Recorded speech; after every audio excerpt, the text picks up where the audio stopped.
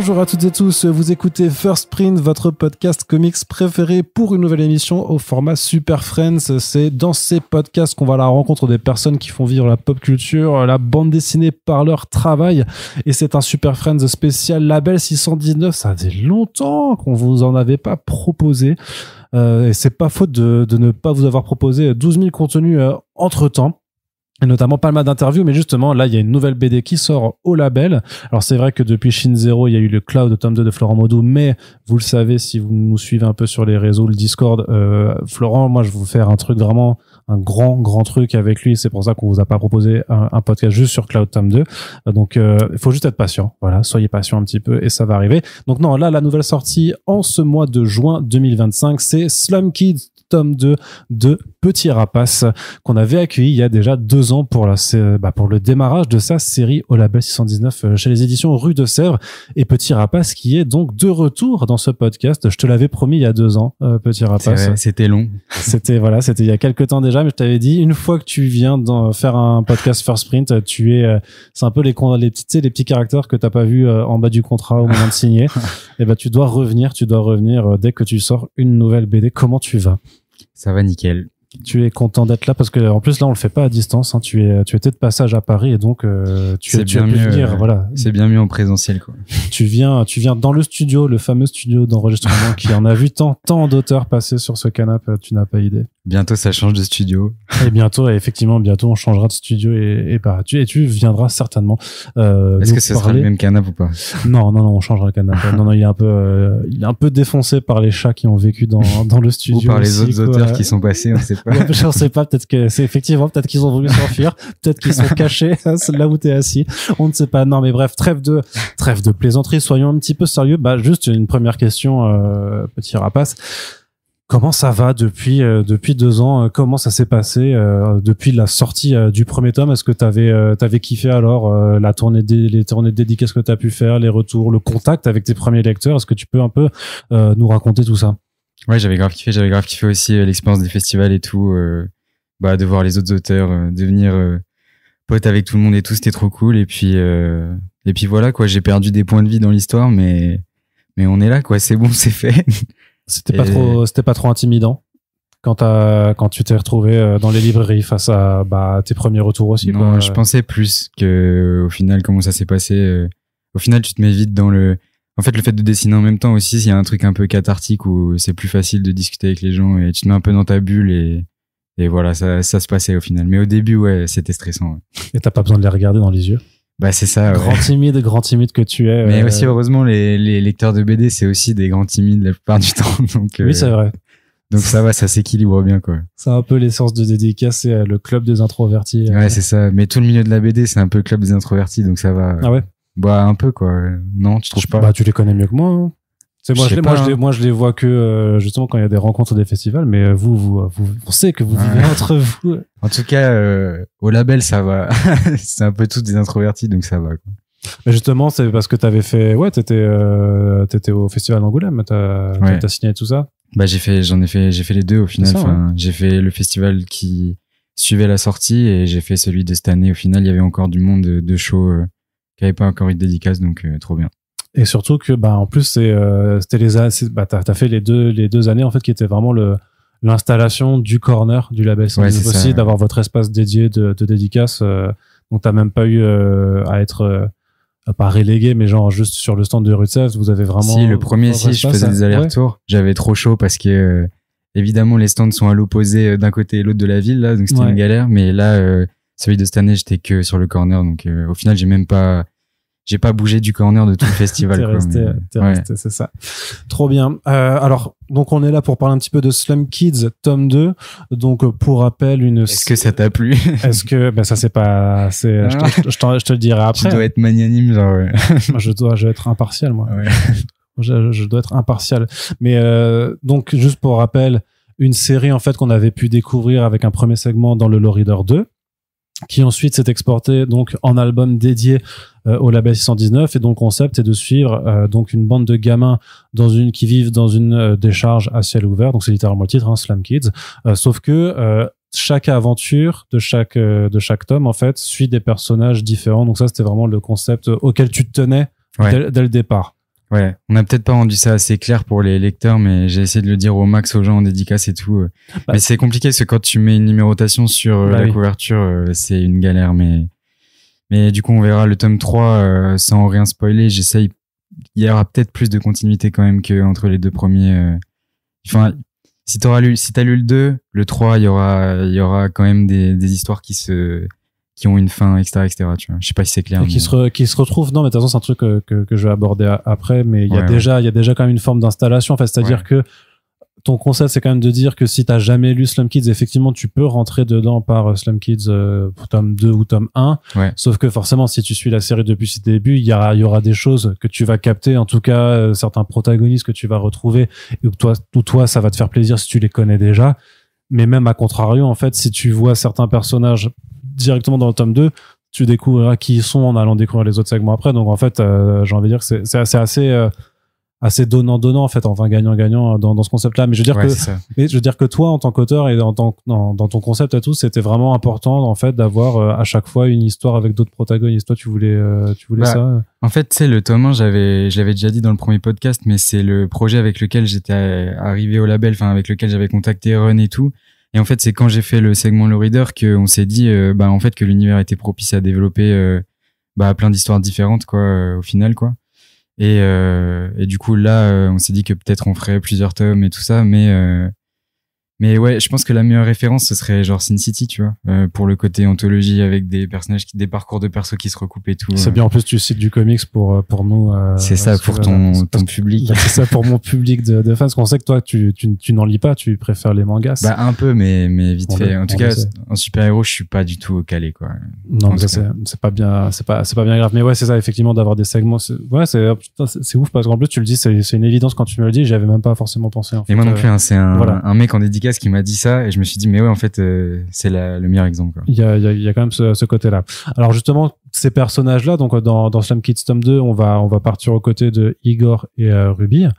Ces personnages-là, ils existaient déjà quand on s'était parlé l'an dernier, ou alors est-ce que tu t'es dit une fois que tu avais fait le tome 1, bon maintenant j'ai une nouvelle histoire à raconter, développons ces personnages, ou est-ce qu'ils existaient déjà à un moment ou un autre? J'avais déjà les archétypes, j'avais peut-être déjà fait le dossier quand même pour le tome 2, mais ils ont pas mal évolué entre les deux et je pense que j'avais déjà les archétypes, notamment de Ruby, je savais déjà ce que je voulais faire du perso. Et Igor, ouais, je savais que je voulais faire un petit perso en mode flûteur de rat, là. Le joueur de flûte de Hamelin. C'est ça, ouais.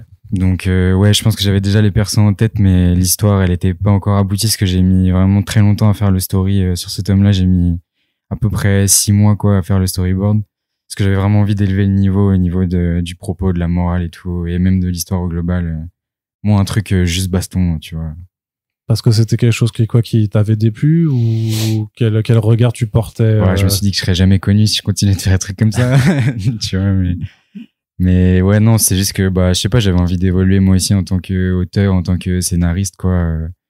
Donc, ouais, j'avais vraiment envie de faire un truc en mode road trip et tout, mais ouais, puis aussi ouvrir un peu l'univers parce que tu sais, c'est dur quand même de pas raconter la même chose dans une série quand tu bouges pas du tout d'univers et tout. Enfin, aussi, c'est dur de changer de perso et que ce soit encore des enfants et tout dans le même contexte et de vraiment leur créer une personnalité qui est différente, tu vois, enfin, du coup, ouais, le storyboard a été plus compliqué. En plus, comme l'histoire du tome 1, je crois que je l'avais dit dans le premier podcast, mais je l'avais depuis très longtemps. Du coup, les persos, ils étaient vraiment prêts dans ma tête et là, ouais, c'était vraiment plus compliqué, quoi. Je pense que là, j'ai vraiment vécu l'expérience de, tu sais, scénariser une BD sur le moment, en mode tu signes ton histoire, tu fais le scénario et tout. Tu vois ce que je veux dire? C'était moi non, parce que je suis pas auteur, donc je pourrais pas faire. Ah oui, comme moi quand j'ai écrit mon deuxième tome de, tu sais, ma célèbre série, ma célèbre série de BD que tout le monde s'arrache. Non, je vois pas ce que tu veux dire dans ce sens-là. Non, mais est-ce que c'est dur? Moi, c'est ce que j'aime bien, si j'ai envie de t'interroger là-dessus aussi, c'est juste pour que tu nous dises même en termes de ressenti, parce que c'est pas forcément quelque chose que les auteurs sur lesquels communiquent forcément, mais que le travail de création, même se casser la tête pour trouver une histoire et un propos, c'est pas.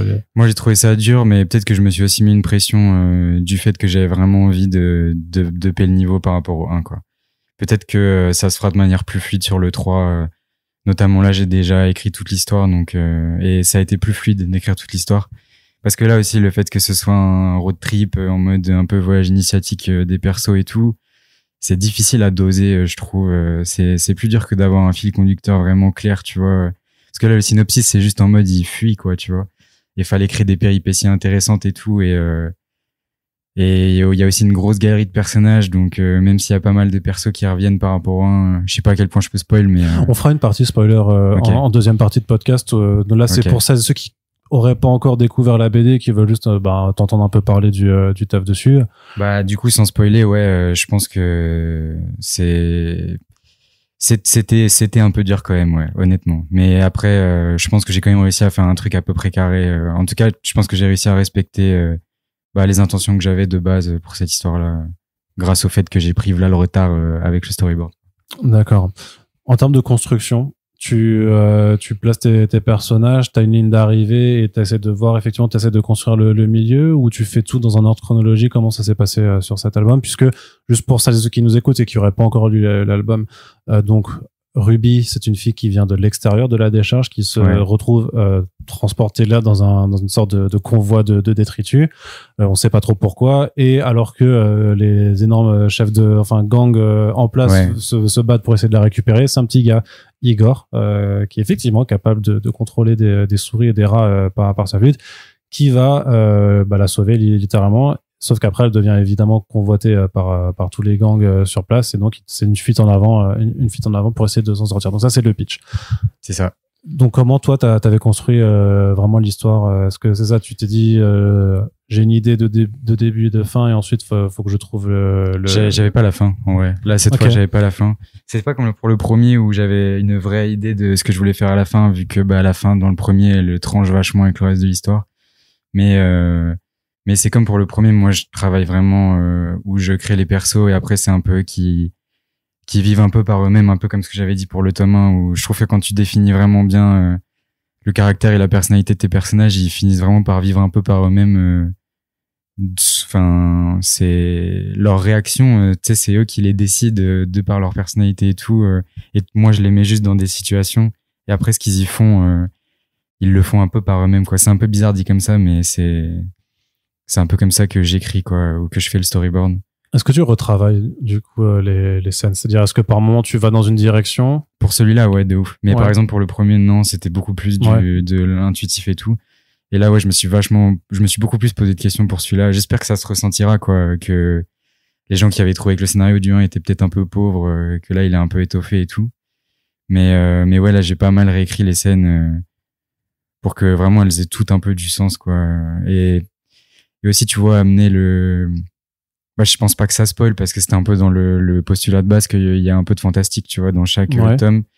Et je sais que, sans spoiler non plus le 1, si des gens ne l'ont pas lu, la fin du 1, elle avait un peu perdu certains lecteurs. C'est un retour que c'est le côté Akira. Ouais, le fait qu'il y ait une espèce de plongée dans le fantastique assez brutale dans le premier, c'est un truc, je pense que c'est le défaut qui est le plus revenu, quoi. Ah, on t'a parlé de ça comme un défaut. Ouais, pas mal, ouais. Oh là là, les gens ont pas de goût, quoi. Mais pas forcément comme un défaut, mais comme, tu sais, ça a perdu des gens en mode, parce que ça les a un peu sortis du délire. En fait, il y a pas mal de gens qui m'ont dit qu'ils auraient préféré que ça reste quand même plus terre à terre et plus ancré dans le bidonville et tout machin. Et du coup, là, j'ai essayé, mais d'amener le fantastique de manière un peu plus, je sais pas, c'est moins frontal. Tu peux te dire que c'est juste une espèce de représentation métaphorique de ce qui se passe, tu vois, ou en mode il contrôle les rats, mais je sais pas, je trouve que c'est moins, y a pas un gros monstre et tout machin, donc voilà, quoi. J'ai vraiment essayé de doser beaucoup plus ce tome-là. T'avais des relecteurs un peu pour t'aiguiller un peu dans une direction ou une autre. Je sais pas ce que tu nous disais dans la dernière fois qu'on s'était vu, en tout cas pour Slam Kids, que effectivement c'est un peu, une fois que ton storyboard est validé, t'es en sous-marin, tu dessines et tu vous présentez pas vos projets les uns les autres. Est-ce que là c'était quelque chose qui était pareil, ou est-ce que t'as profité peut-être aussi de mieux connaître Run ou les autres gars du label pour leur parler de certaines idées? Ouais, bien sûr. Avec Run, la relation, elle était vachement, je sais pas, ouais, c'est vraiment un père de substitution, tu vois. En plus, j'allais te sortir un truc comme ça, donc. Et du coup, ouais, c'est c'est trop bien. Je pense qu'on a quand même plus échangé au global que sur le 1 et ouais, il m'a grave aidé. Bon, l'histoire serait pas aussi bien, qui suis-je, tu vois, mais elle serait pas aussi aboutie que ce qu'elle est, on va dire, sans son aide, ouais. Donc ouais, il m'a grave aidé. Mais je sais pas s'il y a eu tant d'aller-retour que ça. Je crois que c'était quand même un peu le même principe que pour le 1 où justement le storyboard il a mis vachement de temps à être calé. Donc ouais, on a fait des retouches et tout au moment du storyboard et après c'était quand même c'était vachement du sous-marin aussi. Et alors, qu'est-ce qui a fait que cette phase de storyboard était si longue? Est-ce que c'était juste parce qu'effectivement t'avais pas encore une histoire qui était complètement figée en tête? Raconte-nous un peu, comment t'as galéré. Bah, c'est que tous les bouclages, tu sais, tous les auteurs te diront ça, mais que les bouclages, c'est tout le temps un truc difficile, là. Comme Mathieu qui disait qu'il faisait des albums de 300 pages pour pouvoir vivre des bouclages que tous les 3-4 ans, là, tu sais, parce que c'est toujours un peu dur, tu dois tout faire en même temps à la fin et tout ça. Et du coup, bah, c'est vrai que, en fait, genre, à la fin du 1, j'avais pas du tout eu le temps avec le bouclage du 1, j'avais pas du tout eu le temps de me projeter vraiment sur ce que ça allait être le 2, à part créer des persos et tout. Et du coup, ouais, c'était un peu avancé dans le vide. Après, moi, tu sais, je fonctionne où je me dis, ok, va y avoir ça comme séquence. Et je me dis, cette séquence, elle va prendre tant de pages, celle-ci tant de pages et tout. Et du coup, je fonctionne un peu par chapitre, quoi, même s'il n'y a pas de chapitre dans le bouquin à la fin. Mais voilà. Et après, franchement, c'était dur pour tout ce que j'ai dit avant, là, pour le fait qu'il y ait beaucoup de persos, le fait que ce soit un road trip, qu'il y ait vachement de lieux. Parce que c'est dur aussi dans la décharge de faire des espèces de variations un peu de décor et tout parce que tu vois, c'est une putain de décharge quoi. Bah, mais après et encore parce que bon même dans un Wasteland tu sens quand même que t'as ce côté un peu je dirais même presque jeu vidéo à la Borderlands avec des clans qui peuvent avoir leurs identités propres et donc tu peux leur faire à tous des QG. C'était Mad Max la rêve tu vois. Ou Mad Max oui bien sûr oui. Dans Mad Max notamment là Borderlands qui vient de Mad Max aussi. Oui totalement. Mais genre dans Furiosa par exemple, moins dans Fury Road, tu vois, dans les vieux, il y avait. Mais genre dans Furiosa, il y a vraiment, tu sais, il y a des villes avec des leaders à chaque fois qui sont hyper emblématiques et tout. Et là, je voulais vraiment faire un effet comme ça. Genre, il y a la forteresse là du méchant. Je voulais faire des espèces de lieux iconiques. Et là, j'ai instauré un peu l'idée qu'il y a des espèces de secteurs dans le bidonville et que du coup, bah, les montagnes de déchets, c'est que autour en fait du bidonville, tu vois. Mais je vais un peu développer ça dans le 3, les lieux et tout machin, comment ça se passe. Ouais, le lore de l'univers. Mais là, du coup, j'instaure déjà l'idée, à l'inverse de ce que pensaient plein de gens sur le 1, que c'est pas un monde post-apo et que, oui. Potentiellement, mais qu'en tout cas, la décharge, c'est vraiment un lieu dans un autre monde, enfin, dans un monde, entre grosses guillemets, normal, tu vois ce que je veux dire, et que c'est pas, genre, le monde entier qui est devenu une décharge, quoi. Ouais, tout à fait. Pour designer un personnage, comment ça se passe? C'est instinctif pour toi? Comment on aboutit donc à Igor, à Ruby? J'ai des rêves pour tout. À Lunch, à Thor. Du coup, est-ce que parce que Lunch m'a fait penser à Quiet de Metal Gear 5, mais je sais pas du tout si c'est. Ah ouais, j'avoue. Si c'est pas ça, mais j'avoue. C'est juste voilà une nana mortelle et en bikini du coup bon.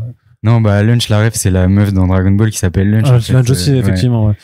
Et du coup c'est en mode, son caractère c'est un peu je sais pas, en mode Harley Quinn, tu vois, Lunch quand elle est blonde et qu'elle est en mode crazy là.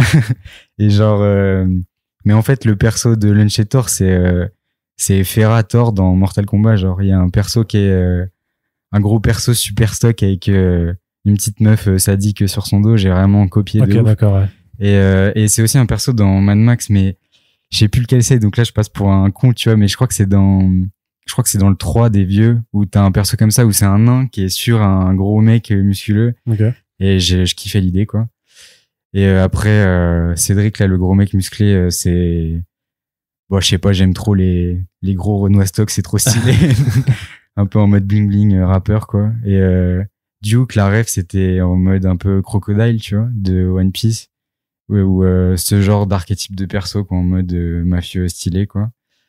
Et Ruby, je voulais que elle ait vraiment cet effet où, tu sais, elle est vraiment lumineuse dans les cases par rapport au reste de l'univers et des autres persos et tout. Et ça, la ref, c'était dans comme pour le 1 Metropolis de Rintaro, là, inspiré du manga Tezuka. Et du coup, t'as une gamine dans Metropolis, pareil, tu sais qu'elle est blonde platine et dans tous les plans du film, elle ressort à balle par rapport au décor et tout. Donc voilà, je voulais cet effet-là et du coup, c'est volontaire qu'elle ait un design un peu basique parce que fallait qu'elle représente vraiment l'archétype de ce qu'elle est censée être, quoi, à savoir un peu une petite gamine pure au milieu de tous ces fous, quoi. Et Igor, la rêve, c'est le flûteur de rat d'Amelin et visuellement, le joueur de flûte d'Amelin. Et visuellement, son Kara, c'est une carte magique, là. Où c'est, je crois que c'est le flûteur de rat. J'ai un trou de mémoire parce que c'est genre ma carte préf, mais je crois que c'est ça le nom de la carte. Donc gros joueur de Magic aussi. Ouais, dans Magic, je joue Dekra et tout, et du coup c'était ça l'inspi, quoi. C'était genre cette carte, quoi. Oui, du coup il a un design avec une espèce de châle là, capuche déchirée, violet, et voilà, je voulais faire un perso comme ça, quoi. Ouais. Et tu voulais, vraiment le côté aussi, effectivement, les rats, avec tout ce que ça impliquait de possibilités en termes d'action et même pourtant en termes de dessin, parce que faut quand même dessiner C'est une galère. des milliers de rats. C'était quand même un truc, tu t'es dit, ça me fait un kiff d'avoir ce type de personnage là. Je kiffais sur le papier. Après, avant de savoir ce que ce serait de le dessiner. En fait, à dessiner, je savais pas trop comment j'allais le faire parce que j'avais vraiment envie de faire des scènes, tu vois, comme dans Plague Tale là, oui. avec vraiment où il contrôle des masses de rats. Mais ouais, c'était vraiment une galère de rendre le mouvement. C'est super dur en fait tu vois, genre les rats qui bouffent un mec, c'est vraiment une galère en dessin à rendre ça compréhensible au final sans le mouvement. Donc j'y suis arrivé ou pas, tu vois, mais ouais, puis je kiffais trop aussi le truc de lui mettre un petit rat sur la tête dans son design comme un espèce de petit chapeau, tu vois. Parce que du coup, si tu te concentres sur le rat sur sa tête dans toute la BD, en fait, ces expressions, elles suivent un peu les expressions de Igor et tout, tu vois. Je sais pas, je voulais faire ce truc-là un peu marrant. Et ça, c'était pendant la prod du tome 1 que j'ai eu l'idée de ce perso-là, que je trouvais ça cool, quoi. Très bien. Mais j'ai un peu regretté parce que, je regrette pas ce perso, mais les scènes d'action, ça m'a un peu manqué de pas pouvoir faire un perso qui saute partout et qui donne des grands coups de truc, tu vois. Le fait que là, il soit statique, oui, parce que c'est pas lui qui est maître de l'action pour le coup. Ouais. Donc ça impose aussi de ton côté trouver des astuces pour rendre la scène dynamique alors que ton héros en tout cas ne va pas bouger. Mais et qu'en fait c'est presque même un élément de décor qui fait l'action. En fait je me suis un peu inspiré aussi de, tu vois, Domu de Katsuro Otomo aussi, de nom, mais c'était un espèce de pré-Akira où il voulait où c'était un peu pour tester les combats avec des pouvoirs télékinésiques et dans des environnements urbains, et je me suis pas mal inspiré de Akira et de Domu pour il me semble que c'est Domu, mais encore une fois ça se trouve je dis n'importe quoi. Non, pour le coup, alors ma culture manga est pas incroyable non plus, mais si, il me semble que c'est bien ça, hein. Je suis à deux doigts de vérifier là, mais je crois que c'est ça. Et du coup ouais, il y a genre tu sais, en fait les pouvoirs télékinésiques, ça c'était assez comparable aux poses qu'il pouvait prendre, genre pour tu sais, où il reste statique mais il y a des trucs qui bougent autour de lui et il prend des espèces de stances un peu stylés, tu vois. Voilà, c'est ça, c'est Domu. Oui, c'est bien Domu, t'inquiète. Okay. T'as pas dit de bêtises. tu es safe, pareil, parce que ça cite Katsuhiro Otomo, Osamu Tezuka, tout ça, puis c'est incapable de retrouver un type de bouquin. super l'auteur, quoi. Pardon, c'est le stress du podcast, quoi. Mais il y a pas besoin d'être stressé. Je te l'ai dit. Tu es entre de bonnes mains ici. Il y a pas de question piège. Je sais pas, c'est à cause des millions d'auditeurs qui vont écouter ça. Au moins des millions, si ce n'est plus. On a passé la barre des milliards d'écoutes récemment, donc voilà. C'est vrai? Non, bien sûr que non. Non, on parle de bande dessinée de genre en France, et même principalement de comics. J'avoue. Voilà. Je veux pas te refaire. Si tu veux, je te parlerai des chiffres de vente de comics en France et tu verras quel est le nombre d'auditeurs potentiels qu'on peut avoir. Mais on a des gens, on sait qu'on a des gens qui écoutent, qui sont là. On bat grand SO aux 10 personnes qui vont écouter ça. Exactement. Et c'est pas que 10 faux comptes à moi. Il y a ma mère. C'est ça. Mon père, la famille et tout ça. Je les paye pour ça. Faut bien aussi, quoi. Donc là, on était sur le Kara design. Après, moi, j'avais un truc que je voulais te demander. Il y a un truc tu sais, c'est un peu comme la pub spéciale K, je sais pas si t'auras la ref, quoi, mais il y a quelque chose qui a changé chez toi, petit rapace, dans ton trait, dans ton dessin. C'est vraiment le truc qui m'a frappé le plus, dès les premières pages. Je me suis dit, putain, il y a un truc qui a changé dans le dessin, presque, je me suis dit, au début, je me suis dit, non, t'es passé du tradi au numérique et c'est pour ça, mais en fait, non, parce que tu bossais déjà en numérique avant, donc, mais explique-moi un petit peu, qu'est-ce qui a changé dans ton dessin, comment tu l'as approché, hein. Parce qu'il y a un trait qui est moins, je dirais qu'il y a peut-être moins de détails ou que c'est un trait qui est plus épais, je sais pas. Du coup, si c'est juste de la technique, c'est juste en fait un pinceau que t'as changé ou un truc. Mais j'ai l'impression que même dans le dessin de tes personnages, c'est plus cartoon peut-être, un peu plus doux aussi. Voilà, je sais pas trop comment expliquer, mais ça m'a frappé surtout quand on revoit certains personnages du tome 1. Je me suis dit, ah oui, mais là, ils ont quand même quelque chose, enfin, tu les reconnais, c'est leur design et tout ça, mais ils ont quelque chose de différent dans les yeux, la façon de faire tout ça, donc, Bah, je pense que j'ai essayé de me rapprocher un peu de mes références, genre Tezuka et tout, enfin, c'est les mêmes que pour le 1, Tezuka, Toriyama, etc. Le trait grossi, c'est la même technique que j'ai utilisée, mais effectivement, j'ai un peu, grossi le trait tout simplement, mais du même brush, quoi, tu vois, sur Photoshop, mais je voulais que ce soit un peu plus cartoon. Pareil, aussi, un truc que j'ai fait, c'est que j'ai arrêté de faire des pleines pages, tu sais, sans avoir les bordures des cases et tout ça. Mm-hmm. Et là, je me suis cantonné à rester dans des cases, à pas faire des pleines pages et tout, à la run, quoi. Je voulais peut-être me rapprocher un peu d'une narration un peu manga, comme ça colle plus à mes rêves. Et après, il y a vachement de décors. Du coup, c'est vrai que j'ai essayé de simplifier un peu mes persos et tout, pour les scènes où c'est juste du dialogue, ce genre de truc, pour que la prod elle ait du sens, quoi, tu vois, enfin au niveau de la charge de travail, etc., temps passé, même si j'ai explosé tout ce qui était prévu, quoi. Mais après aussi, tu vois, par exemple, l'intro, c'est le truc que j'ai fait en dernier, et du coup, je pense qu'on sent vachement dans l'intro les refs en mode James Harren et tout, parce que en fait, je pense que c'est ma seule ref qui sort un peu du manga et de mes inspi des autres mecs du label, tu vois. Ça va être James Harren. Ultra Mega, ça m'a vraiment matrixé comme plein de dessinateurs, mais du coup, j'essaie de faire un truc avec plein de masses de noir, tu sais, ce genre de truc, et je trouve que ça se ressent pas mal sur genre l'intro, ce genre de moment ou la fin, genre pour les scènes d'action, genre de la fin, il y a pas mal d'effets de splatter, là, tu sais, d'éclaboussure. Ouais, d'éclaboussure, voilà, d'encre et tout ça, des trucs comme ça. Que là tu rajoutes en fait, que tu dessines pas forcément, c'est genre un outil qui te permet de designer des... Ouais, ou alors j'en fais, je les scanne et après je découpe dedans, tu vois, je les mets un peu. Après j'ai un brush aussi, c'est Simon Watt qui m'a filé du Allez, faut se rencarder. Grand SO à Simon.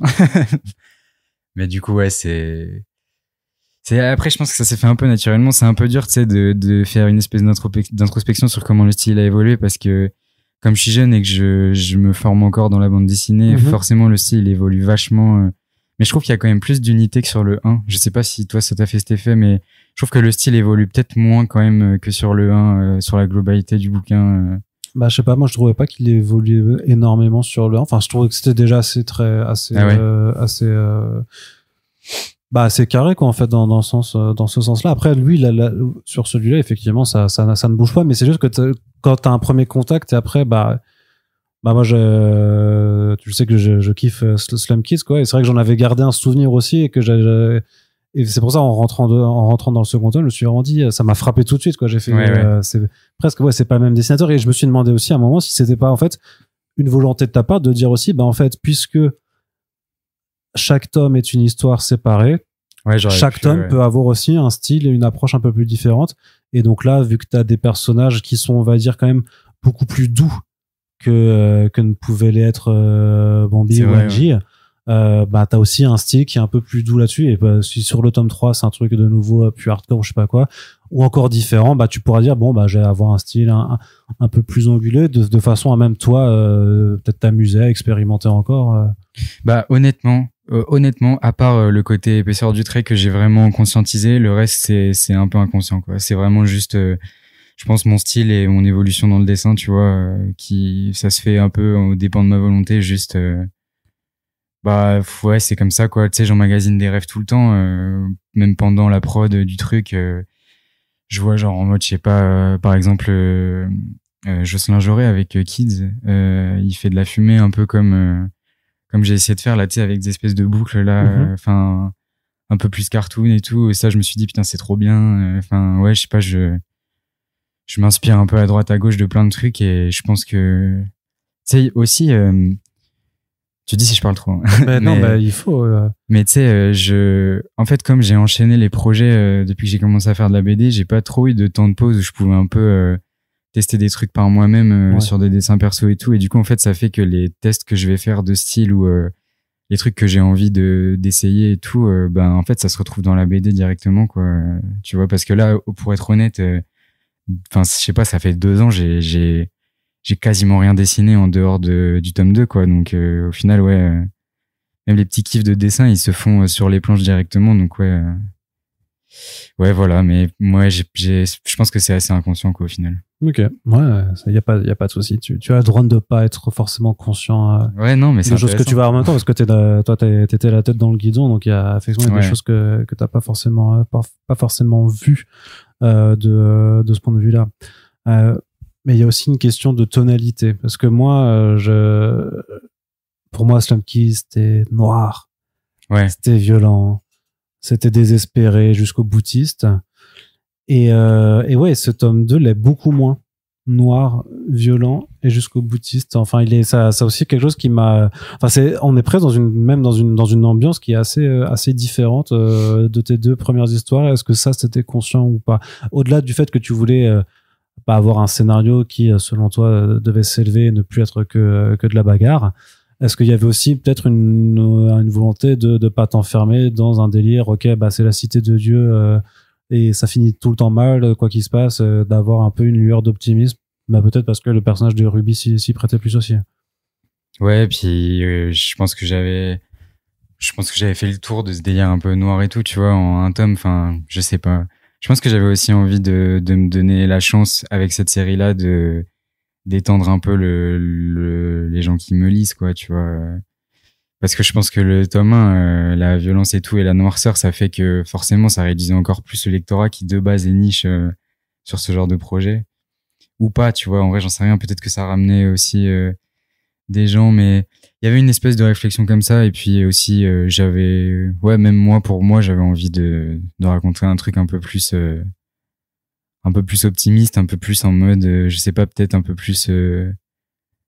jeunesse entre grosses guillemets, parce que c'est pas jeunesse, mais... Et tu me disais la dernière fois que tu voulais que toi, un de tes autres rêves, c'est de faire de la BD pour gosses aussi. Ouais, mais c'est pas vraiment un rêve. Alors là, on n'y est pas encore, hein, parce que c'est quand même toujours un peu trop violent pour des gamins, mais... Ouais, mais tu vois, il y a toujours ces trucs que je disais dans le 1 aussi, enfin dans le podcast pour le premier tome qu'on avait fait, je crois aussi, mais c'est que j'ai un peu un paradoxe dans mes références où la plupart de mes références, c'est un peu des trucs pour enfants, genre Toriyama, Tezuka, etc. Et tu sais, ce que je vais kiffer, ça va être genre les petits caras tout ronds en mode Nintendo, ce genre de trucs. Ouais. Comme je disais dans le 1, je crois. Ouais, ça, ouais, tu l'avais cité Nintendo, ouais. Et c'est vrai que du coup, bah, mes références en trucs un peu dark, ça va plus être, je sais pas, Berserk et tout. Je crois que j'avais dit ça dans le 1 aussi, mais ou le taf, bah, de Run et des autres auteurs du label. Et du coup, bah, aussi, il y a eu Frontière, tu sais, qui est passé par là, où Frontière, moi, ça m'a aussi matrixé de ouf parce que j'ai trouvé ça exceptionnel, quoi. Et le ton de Frontière, tu vois, où il y a pas vraiment de violence gore et tout dans Frontière, ça tranche un peu avec, un peu les codes de base du label, on va dire.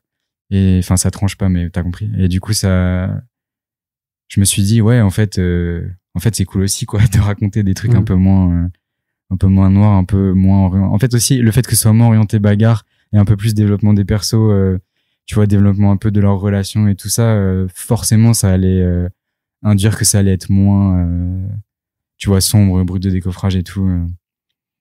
Donc voilà, mais il y a quand même des petits moments un peu comme le 1 où c'est juste, non, mais bien sûr, tu te prends toujours du plaisir, j'imagine, quand même, à dessiner ces séquences d'action où c'est toujours ce que je préfère dessiner. Ça se tire dessus, ça coupe des bras, puis ça se fait bouffer par des rats, et là donc tu te fais plaisir quand même. Ouais, de ouf.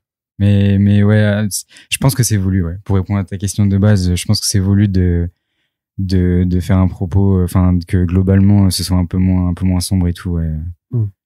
Alors, quand tu as construit tes péripéties, et là, j'avertis nos éditeurs et auditrices que on va commencer à spoiler l'histoire parce que voilà, maintenant, si vous n'avez pas été convaincu qu'il fallait lire cette BD, je ne peux plus rien pour vous. Mais donc, allez lire Slum Kids tome 2, puis vous pouvez revenir. Vous pouvez revenir et écouter la suite de ce podcast. Non, mais justement, donc Slum Kids tome 2, qui est donc cette suite en avant de Ruby et Igor. Comment on rythme? Est-ce que tu t'es appliqué une recette pour rythmer effectivement le fait, parce que l'écueil que tu vas avoir quand tu fais ce genre de type de récit, c'est que bah t'as un risque en fait de cette répétition le moment de calme est forcément perturbé par les méchants qui arrivent de nouveau ou qui reviennent. Donc comment est-ce que toi tu gères ça en te disant il faut des moments de calme aussi, qu'est-ce que je vais mettre dedans, qui est-ce que je vais faire intervenir, comment tu t'es dépatouillé? J'avais des espèces de points clés dans leur voyage où je voulais qu'ils rencontrent Là, on peut spoiler du coup. C'est ça. Donc, là, maintenant, on peut spoiler. Donc, on va dire des noms de gens qui sont rencontrés. Ouais. Donc, encore une fois, si vous n'avez pas lu la BD, c'est le moment d'arrêter. Maintenant, tu peux y aller. Je voulais qu'ils rencontrent. J'avais vraiment en mode, je me disais, faut qu'il y ait 3 moments où ils rencontrent des gens qui vont les aider. Du coup, il y avait le truc de, ils retombent sur les microbes. Il y a le truc de, ils retombent sur Stigma, même si ça dure que 3 pages là. Et à la fin, du coup, la rencontre de Léo là, le mec qui vend les sneakers là. Et genre qui lui était pas après, enfin on l'avait pas encore vu. Non, c'est un nouveau perso. Okay. On le verra plus. Mais on risque plus de le revoir effectivement. Mais il a été là, en tout cas, il a eu ce mérite. Et genre, mais je voulais montrer, en fait, je voulais que ce soit un espèce d'équilibre entre montrer que il y a pas que des adultes qui sont des connards furieux. Ouais. Et montrer que ils peuvent réussir à se faire aider même dans la décharge, qu'il y a des gens qui ont des bonnes intentions quoi. Et après au niveau du rythme, c'est un peu compliqué à répondre. Je pense que ça, il y a un truc qui s'est fait un peu naturellement. Et après, je pense que je me suis pas mal inspiré, comme je disais, de Mad Max, des trucs comme ça, tu vois, pour faire des respirations. Mais je voulais faire beaucoup de planches avec des gros décors sans trop de dialogue pour montrer un peu le temps qui passe. Tu sais, il y a ce truc de entre 2 cases de BD, tu te dis qu'il y a un temps qui passe, qui est induit pour le lecteur. Bien sûr. Et je voulais essayer de pas mal jouer là-dessus dans ce tome-là pour c'est quand même un voyage qui se fait sur beaucoup de temps, tu vois, on n'a pas trop d'unité on sait pas trop, tu vois, sur combien de jours ça se passe exactement, sur combien de semaines, etc. Il y a juste un moment, je dis en mode 3 semaines plus tard avant l'assaut du méchant à la fin sur la maison de Léo. Mais voilà, et puis à la fin, je voulais un espèce de filet en apothéose où au final, ils ont fait tout ça pour rien parce qu'elle se fait quand même capturer, et du coup, il est quand même obligé de régler ça de manière empirique en tuant le méchant comme ils auraient pu faire depuis le début, quoi. Mais j'aimais bien cette idée. Puis après, je sais pas, vu qu'il y a un truc un peu en mode, tu sais, c'est récit initiatique, mais entre grosses guillemets, mais on va dire que c'est l'initiation, elle est pour Ruby parce que elle apprend à aimer la décharge, tu vois, elle trouve des gens qui s'intéressent à elle, à la différence de sa vie d'avant et de sa famille et tout. Et Igor, il se lie d'attachement avec quelqu'un alors qu'il était tout seul, quoi. Avec des rats. Ouais, voilà. Mais du coup, je pense que les paliers de quand est-ce qu'ils rencontrent des gens et les respirations, etc., c'était vraiment lié à leur développement personnel en tant que personnage, tu vois. Voilà. Et c'était donc, tu l'as déjà un petit peu dit, mais pour être plus explicite, c'était vraiment une obligation pour toi aussi de faire réintervenir les microbes, de montrer Stigma, d'avoir aussi, c'est ce que je te disais du coup en début d'émission, c'est que si tu les connais pas, tu les rencontres, tu fais effectivement, tu vois un tag qui t'annonce, tu fais un petit fusil de Chekhov qui t'annonce que tu vas rencontrer ce fameux gang des. Mais ce qui est marrant, c'est que ça aurait pu s'arrêter là, tu sais. Ça aurait juste pu être un tag. Ça aurait pu effectivement, t'aurais pu en rester là en mettant juste que c'était mais t'as fait un truc comme ça, je t'en reparlerai après, où ça aurait pu rester juste une sorte d'easter egg pour dire pour les lecteurs du présent tome. Non, ils reviennent effectivement, ils sont toujours là. T'as même je vais plus me rappeler de son prénom là tout de suite, mais celui du tout premier segment de Low Rider qui Iggy, voilà, Iggy, merci, qui est également là qu'on retrouve, qui a pris la place de Lombric en fait dans le groupe. Donc pour toi c'était essentiel qu'il puisse être là à la fois pour te dire ça a beau être des histoires séparées, regardez, c'est et c'est même je pense avec ce deuxième tome où tu commences à comprendre en fait l'univers dans lequel tu te places, où effectivement les personnages évoluent tous dans ce même univers là, mais surtout ils évoluent aussi.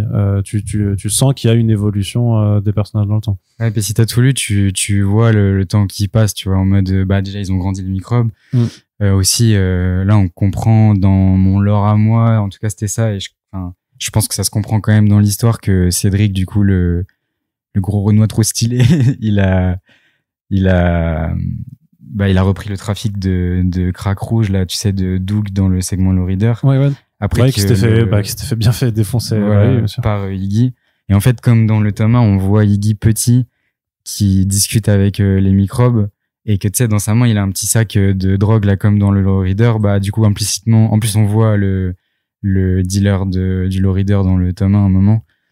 Parce que c'est lui qui vend aux deux espèces de pocherons là du tome 1. Et du coup, ouais, il y a un truc de... J'aime bien le fait de pas le dire clairement, mais que les gens qui ont toutes les refs, ils arrivent à se dire en mode ah ouais, du coup ça c'était avant. Mais t'arrives à tisser les liens en fait. Et puis aussi, j'avais vraiment envie de faire une espèce d'évolution des persos du tome 1. Enfin, j'avais déjà des idées, tu vois, en mode que Engi pourrait prendre la casquette de Lombric, tu vois, que comment est-ce que Bambi elle allait évoluer en mode un peu daronne, trop stylé. Et Iggy, du coup, c'est une ref à un pote à moi, mon pote qui a fait les graphes et tout, tu vois. Du coup, même physiquement, je l'ai fait aller vers... En fait, il m'a dit qu'il faisait les graphes gratos si je faisais que le perso, il lui ressemblait. Du coup, c'est genre quand il fait un graphe en mode l'escargot, là, bah, c'est le blaze de mon pote.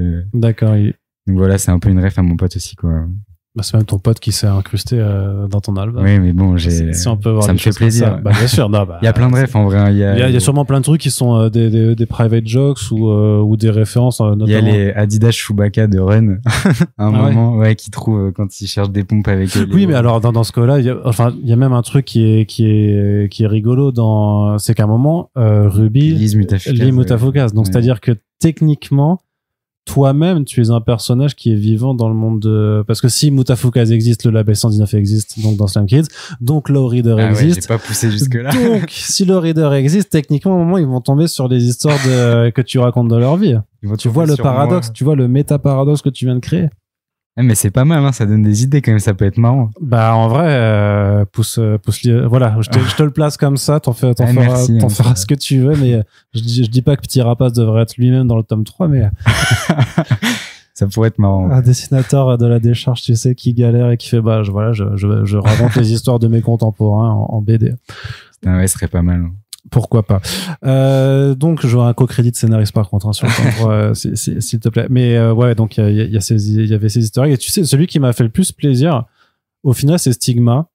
Par rapport à l'évolution parce que moi je me rappelle que je t'avais dit bah non, la conclusion de Slime Kids tome 1 elle est super dark, parce que pour moi Stigma se suicidait en fait, clairement. Tout laissait penser, et je me suis donc en le revoyant et en voyant surtout comment il a grandi, comment il a changé en bien, je me suis dit en fait j'avais rien compris en fait peut-être à tes intentions du tome 1 ou non, parce que c'était voulu, hein, c'était volontaire, mais je me suis dit ah ouais, et là j'ai vraiment senti le côté de ok, là on a un truc des personnages qui grandissent vraiment, qui ont une trajectoire. Ouais, mais tu vois, en plus, c'est Ron qui m'avait donné cette idée-là pour la fin du 1, où il m'avait dit... Moi, en fait, à la base, j'avais storyboardé un truc où il y avait écrit en mode...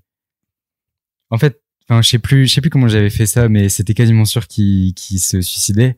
Et genre, Ron, il m'a dit, non, mais tu sais quoi, fais un écran noir comme ça, si jamais tu veux le réutiliser plus tard, on sait jamais, tu vois, genre, laisse-toi cette possibilité-là. Et comme ça, en plus, c'est pas trop graphique, vu que c'est quand même un suicide, c'est censé être un suicide d'un gamin, enfin, tu sais, c'est chaud, quoi.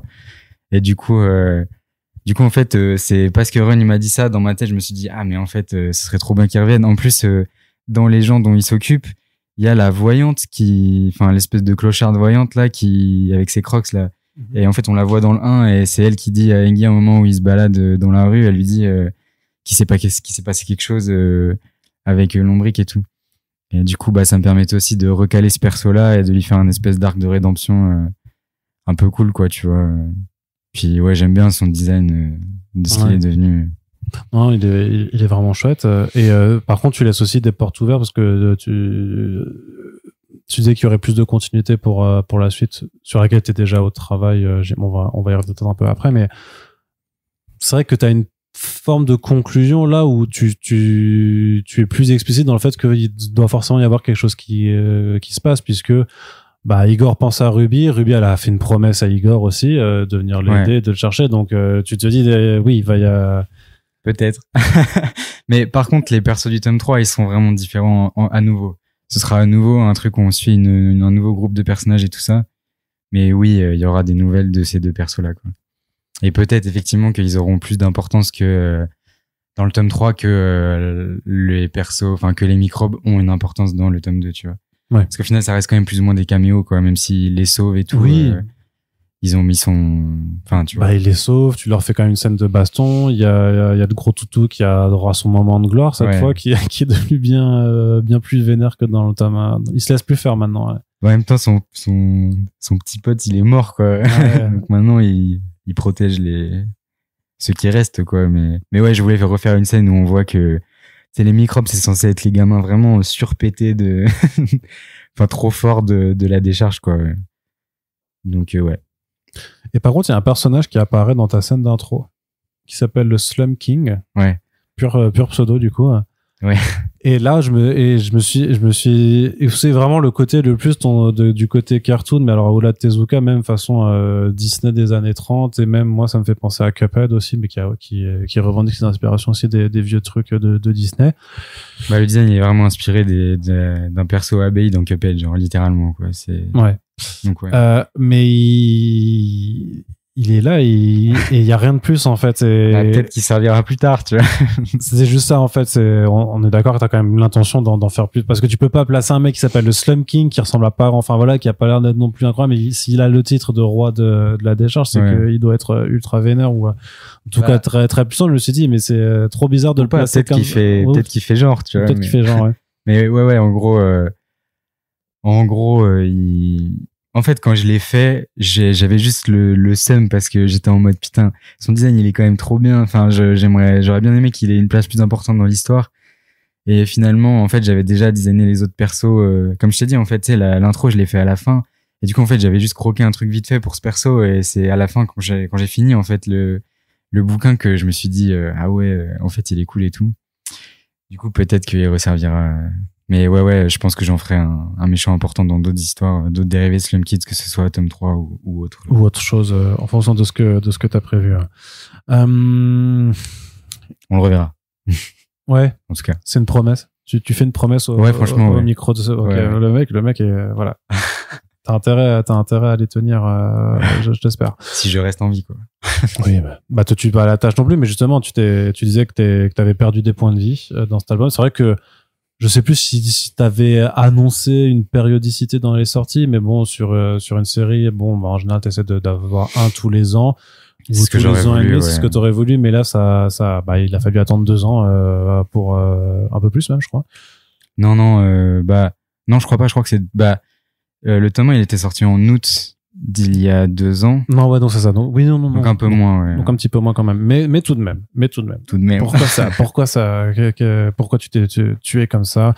T'as fait un peu plus de pages que ce que t'avais dit. Tu nous avais dit 96 pages. Là, t'en as fait un peu plus d'une centaine. Ouais. Donc forcément, on s'en rend pas forcément compte. On se dit, ouais, bah, 8 pages, c'est rien. Ouais, 8 pages, c'est quand même plusieurs semaines de taf. Oui, mais bon, c'est pas ça qui a fait vraiment la différence. En vrai, la différence, c'était, des changements dans ma vie perso, des galères d'argent, des trucs comme ça, et le fait que j'ai voulu faire que j'ai vraiment voulu faire un truc carré, tu vois. Je me suis vraiment dit, là, faut confirmer l'essai, tu vois. Faut que les gens qui m'ont découvert avec le 1, ils aient envie de me suivre pour la suite, et je pense que ce tome 2 là, il était important pour ça, tu vois. Et je pense que je me suis un peu mis la pression en vrai aussi, et que ça m'a peut-être un peu bloqué à des moments. Et ouais, après, c'est que à cause de moi, tu vois, genre, c'est moi qui ai mal géré ma prod et tout ça. Et ouais, du coup, je me suis retrouvé, comme je te disais en off là tout à l'heure, que je me suis retrouvé à faire la colo au final genre, ouais, le gros de la colo, je l'ai fait en à peine 3 mois, un truc comme ça, et je me disais que ça allait être tranquille. Et en fait, pas du tout, parce que, la colo, au final, c'est vraiment un truc qui me fait galérer, quoi. En fait, c'est pas long techniquement à faire. Enfin, c'est moins long que l'ancrage, je trouve. Mais en fait, j'aime pas ça, quoi, la colo, et j'ai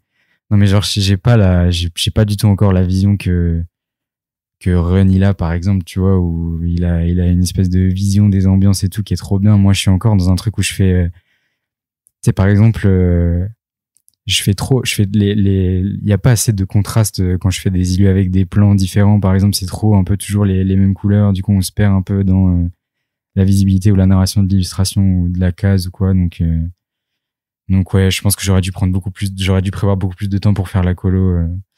Mais voilà, quoi, en vrai, ça va me permettre de mieux gérer ma prod pour la suite, quoi. Ouais. Ça y est, t'as un moment où c'était vraiment très fatigant, même physiquement pour toi, c'était. Ouais, c'était dur, hein. En vrai, heureusement qu'il y avait Bah, ma copine, tout ça, pour m'aider t'aider, à ouais. tenir, quoi. Genre, surtout à la fin où, ouais, c'était vraiment assez éprouvant, quoi. Mais bon, au final, je suis content de comment ça se passe, la sortie, tout ça, les retours des gens sont positifs, je regrette pas du tout, d'avoir perdu ces points de vie, quoi. C'est juste de falloir que je les regagne. C'est ça, ouais, c'est ça. Je veux dire, faut pas en perdre trop d'autres Ouais. non plus parce que, bah, après, tu peux plus les récupérer non plus, quoi. Donc, nous fais pas, Non, mais c'est les nuits blanches qu'il faut arrêter, quoi. Ça, c'est, ah bah c'est oui, mauvais, et le quoi. sommeil, le manque de sommeil, c'est destructeur Ouais. de ouf, quoi. Donc, ça, faut pas le faire. Mais alors, quand t'as ton deuxième bébé qui sort, est-ce que c'est aussi fort que quand t'as le premier ou tu commences déjà à te dire, ah bon, bah voilà, c'est juste un Ouais, je sais pas. Tu veux la réponse honnête ou là? Bah oui, on est ici pour parler franchement. Non, bah honnêtement, c'est beaucoup moins impactant. Tu vois, comme en plus la fin, c'était un peu associé à de la souffrance, bah Ouais. tu sais, genre là, je l'ai amené à ma mère, tu vois. Le premier, j'avais eu une fierté, tu vois, quand même à lui ramener. Et là, j'étais en mode, vas-y, tiens. Enfin, j'étais pas. Ouais, je suis moins dans l'euphorie du truc que pour le 1, mais après, ça fait quand même plaisir, tu vois. En plus, là, il y a vachement moins de délai entre le moment où j'ai rendu les planches et où le moment où ça sort. Du coup, j'ai pas eu le temps de vraiment retomber, de vraiment me lancer à fond dans la suite. Et que là, d'un seul coup, ça sort, tu vois. Là, ça se fait un peu plus dans la continuité. Donc, ça, c'est assez cool.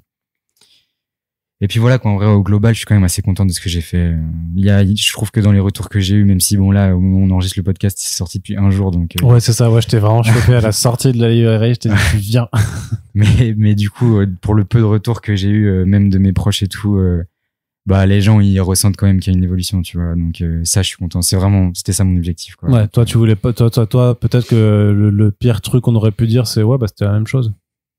Bah, ça me va que les gens, ils disent c'est dans ma droite lignée. Encore que moi, je trouve pas trop, tu vois. Je trouve que ça change. Non, quand même.